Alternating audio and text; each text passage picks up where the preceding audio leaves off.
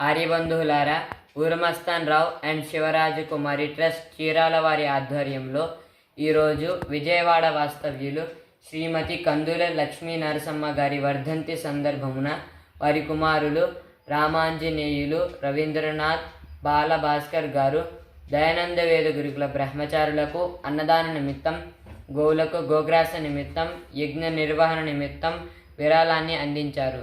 విరాళాన్ని అందించినందుకు వారికి చాలా చాలా ధన్యవాదములు. భగవంతుడు లక్ష్మీ నరసమ్మ గారి ఆత్మకు శాంతిని చేకూర్చాలని మనస్ఫూర్తిగా కోరుకుంటూ ఇట్లు గురుకుల నిర్వాహకులు.